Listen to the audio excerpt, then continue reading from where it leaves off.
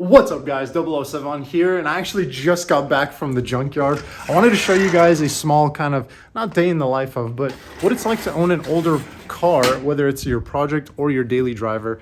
And I just had to go and kind of scavenge a bunch of old parts off of an older Subaru because the car we're working on today is my 1999 2.5RS and not the project car that you guys usually see on the channel.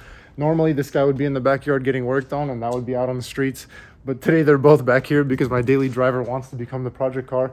And I've kind of found myself in a sticky situation that seems like I put myself in these situations pretty often. Should probably get a newer car. But yeah, today I'm going to show you guys some of the work that we're going to do on this and kind of how I diagnosed it and figured out I needed those parts that I went and eventually pulled off of an older Subaru. Let's go. So to provide some color on how I even found out something was off, I was driving and the first thing I noticed was that these lights were on. Okay, well not that light, but it's neutral. See the battery and the battery and the brake light? Well, if I put the handbrake down, the brake light should turn off and it doesn't. So that was on while I was driving. I'm gonna turn the car off. So with both of those lights on at the same time, I knew that something was off with my car electronically, but I was already on my drive, so I just continued. I said I'd figure it out when I got back home, but I didn't get back home without actually running into some issues. So the car just shut off while I was driving, something that car is very good at doing too.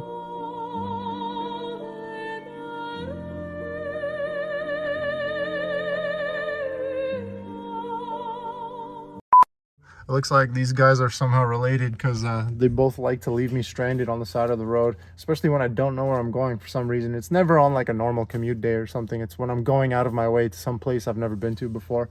Awesome stuff. Get a project car. It's great for your mental fortitude to like strengthen yourself. So after a lot of trials and tribulations, I was able to get the car back home. We popped the hood and I looked at the battery. I'd never replaced the battery since I'd bought the car, and it was really crusty and corroded at the positive and negative terminals. So I got the battery replaced thinking that would fix it, but the lights stayed on and I noticed that something was off when I was driving. There was just some sort of like misfiring and the car was kind of trying to let me know that, hey, something's still wrong here, you should check me out.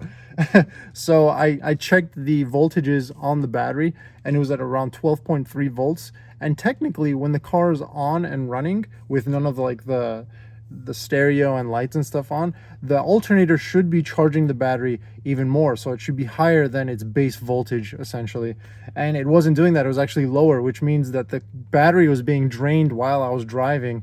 And pair that with an old battery that was on the car earlier, that resulted in the car just shutting off randomly while we were driving because the alternator wasn't doing what it had to be doing, which is charging the battery. So let's pop the hood.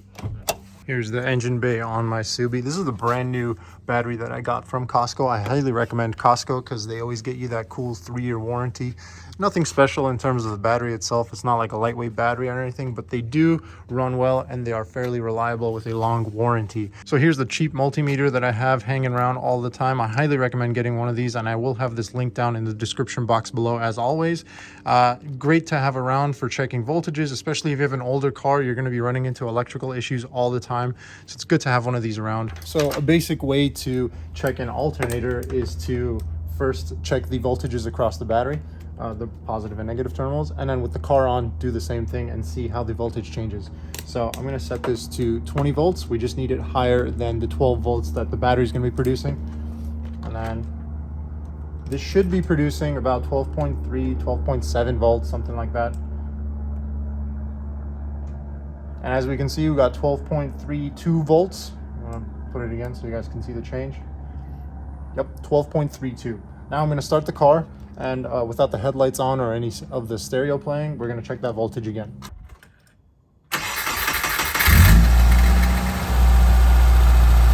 So now with the car running, same procedure. And we can actually see that the voltage is lower than what we were just reading. It's 11.97 volts, which means that the alternator isn't doing its job.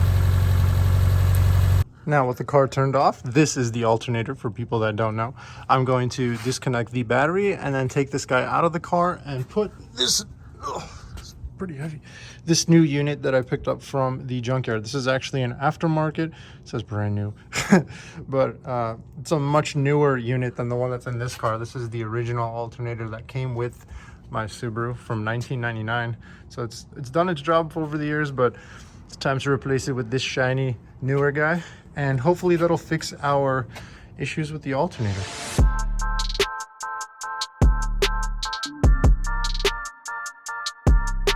Now with the battery disconnected, we've got this plug up on top, and then this 3-pin connector here, which should just click off, theoretically. I say theoretically because there we go. All right, and then I'm gonna disconnect this guy.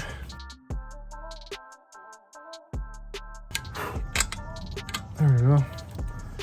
So with this off, I'm just gonna tug it a bit, get it out of the way. We'll put it over here for now. It looks like I'm gonna have to remove this guy right here, just holding it with the tensioning screw or the tensioning bolt for the belt that goes over the alternator and all of that other stuff over there. We've got a little thing to remove here, which is this long bolt right here, and it should just rotate out and come out as one piece. Oh.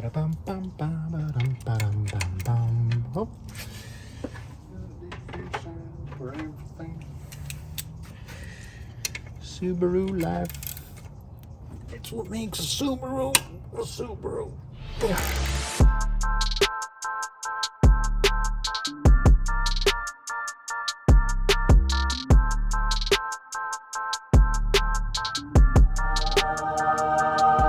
Now I think we've gotten everything off that needed to get off, and we should be able to pull this guy out. It's just a little bit of a tug, I think. I hope.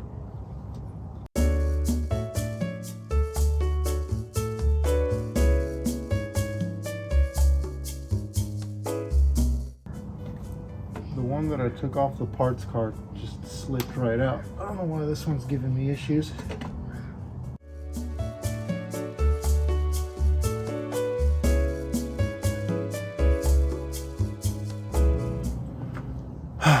I'll be right back, ladies and gentlemen.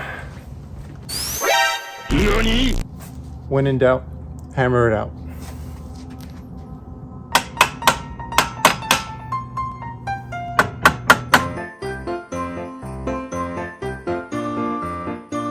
Look at how pretty that looks. Wow. You know, this is one thing that always happens, especially with older cars, is that you can follow all the steps down to the T and it'll get stuck. So I'm gonna wrench and struggle with this guy for a bit until I can get it out of the car, and through movie magic you guys will see it out of the car in 3, 2. You know what, I take it back. No movie magic. You guys are gonna see the day in the life of owning an old stupid car. I'm wearing gloves because I just destroyed my hand. And of course, hey, look, it's a Subaru glove because this is a Subaru and I love Subaru. So what's happening is this guy, it's swiveling on these points. There's literally no bolt. You guys saw me remove that large bolt from there. And the parts car that I pulled this off of, where is it? This new alternator off of, it literally just whoop, slipped out of the car like poop from a baby's bottom. But this one, of course, the one from my car is having issues coming out. Same exact idea. I don't know why it's not coming out. Maybe I've got to pray or something. No. Son of a monkey's uncle.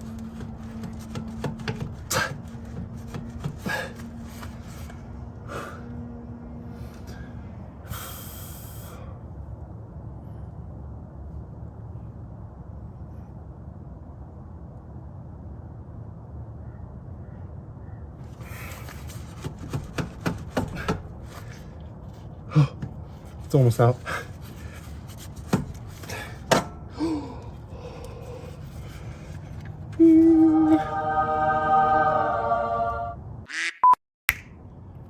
Oh, look at that magic. It's all out. Look at all those metal flakes. Don't ignore those metal flakes. See, normally that part would get edited out and I would just, snap to it, but This is what goes into working on an older car. Sometimes things just don't want to get out or like get in, and it's just, I'm gonna clean up that area and it's gonna be nice and spotless before the new unit goes in. Yeah, that's the new unit. Nice shiny new bolt on top compared to this crusty piece of... All right, I take it back. It's not gonna be spotless, but I got it as clean as I could really get it. Those parts are really difficult to reach over there, and that is super, super crusty. Way too much work, and I don't want to do that right now. So yeah, let's put the new unit in and fix our alternator issue on this Subi.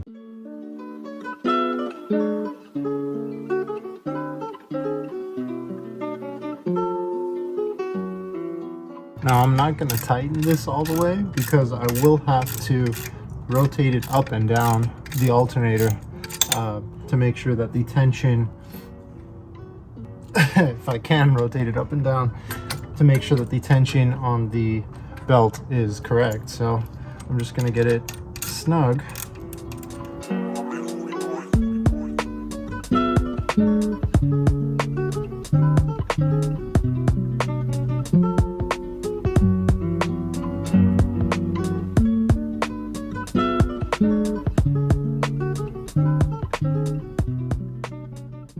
Losing daylight, so I'm rushing a bit to make sure that I could still film this and see what I'm doing and not get eaten by mosquitoes.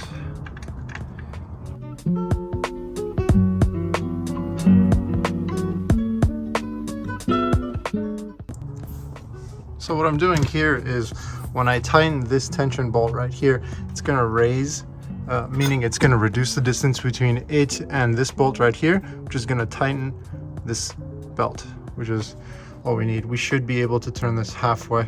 Actually, we're almost at the tension that we need. So I'm going to continue tightening this a bit, and then I'm going to secure this bolt in place, which is going to lock it all in place. And then I'll tighten this, reconnect that top bolt, plug in this, put the battery back on, start the car, and we should be theoretically good to go. My ratchet, it's breaking on me. Looks like it's time to get this guy replaced. Good thing about this tool set, which I will have linked down in the description box below, any purchases you guys make from those links will really help out the channel. It lets me continue to do this type of stuff. I have funded a lot of the parts and stuff through those types of things. So if you do purchase through those, thank you guys. The cool thing about this DeWalt kit that I'm using, it has a lot of the sizes of things that you'll need to work on these older Japanese cars. And the cool thing is that they have a lifetime warranty. So anytime something breaks or has an issue, like I'm having an issue with this guy right here, rarely happens, but when it does, I just call the number on there, I give them the part number, and no questions asked, they ship me a new unit of the same part so I can put it in that nifty briefcase that I have that comes with the kit. So I highly recommend it. It's one of those things where a lot of people will ask me, how do you have all the tools and know-how to work on these things? First of all, I don't have the know-how. It's a lot of trial and error and doing research online, like probably what you might be doing right now if you want to see how to fix an alternator on your Subaru, which probably there's better videos for. This is more of like a vlog type of thing going on. But the tools themselves, a lot of the time, this kit that I use, the DeWalt one, will have most of the tools I need. And if it's not in that kit, I'll go to the store and just pick up that particular like wrench size. Sometimes it's like an odd size that I might need, especially if you've seen some of my old Mini Cooper videos. That car had like a lot of weird sizes that weren't in that kit, like gigantic sockets that nobody would ever have and no kit would really have. So for those cases, you do have to make a run to the auto parts store and pick those up. But for like 90% of the use case, 95% I would even say, this kit will cover up most of those sizes and tools that you will need. A hammer or like a little grip here and there, those are just things that it's good to have around.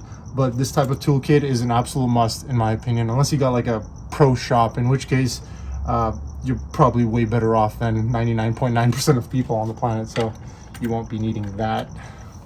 Just a little tangent, because I do get that asked a lot, especially by people, kids usually, young adults that are looking to get into this hobby. It's a lot more approachable than it looks, and you don't need to start off with like snap-on type of tools. I mean, DeWalt is, I would say, pretty entry-level here, and it's been working fine for me for over 7 years now, which it's a great kit. Highly recommend it. Again, I'll have that link down in the description box below. Any purchases you guys make really helps out the channel because I get a small kickback and it doesn't cost you any extra, so thank you for that. Now that we've gotten the new alternator all tidied up, I'm gonna plug it in, reattach the battery, and start the car.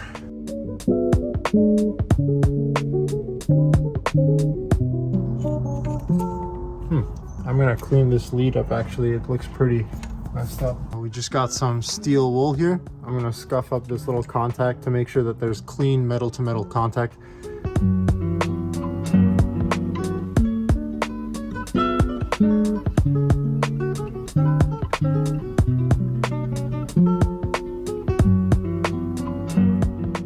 One thing I hate about this car, just this particular one, is that the previous owner or somebody before me installed an aftermarket security system.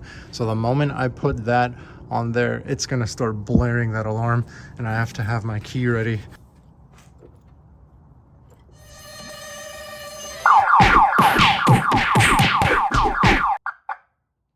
Now I'm gonna do the moment of truth. I'm gonna start the car and see if, okay, so neutral. This handbrake is up, so we're gonna check if that light turns back on. All right, so far so good. The battery light turned off, so it's not on. Now I'm gonna release the handbrake. It's off. Nice. We're gonna put the handbrake back on. Nice, so we fixed that issue. Now I'm going to check the voltages that we did earlier on in the video. Would you look at that? So we are running a bit short on daylight here, it being winter time. The sun does set really early, so we're gonna go back to the 20 volt setting on the multimeter. Just for consistency's sake, I'm gonna check it right here. It's 12.29 volts. Now it's showing. Now I'm gonna turn the car on and check the voltage again, and we'll see how it looks.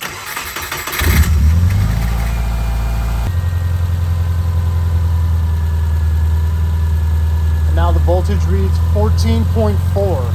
I'm hoping you guys can see that, 14.41. That means the new alternator that we put in the car is doing its job and it's charging the battery.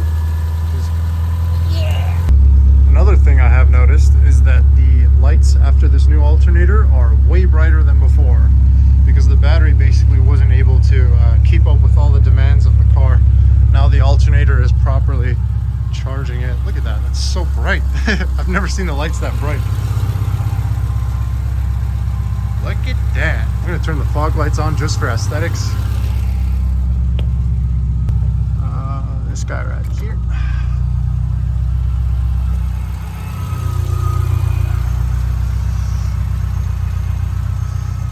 We've got the tofu shop garage here. Yes, the interior lights on this car are red LEDs. Just wanted to set the mood here and make it romantic and intimate between just us two, not all the other viewers on YouTube, me and you.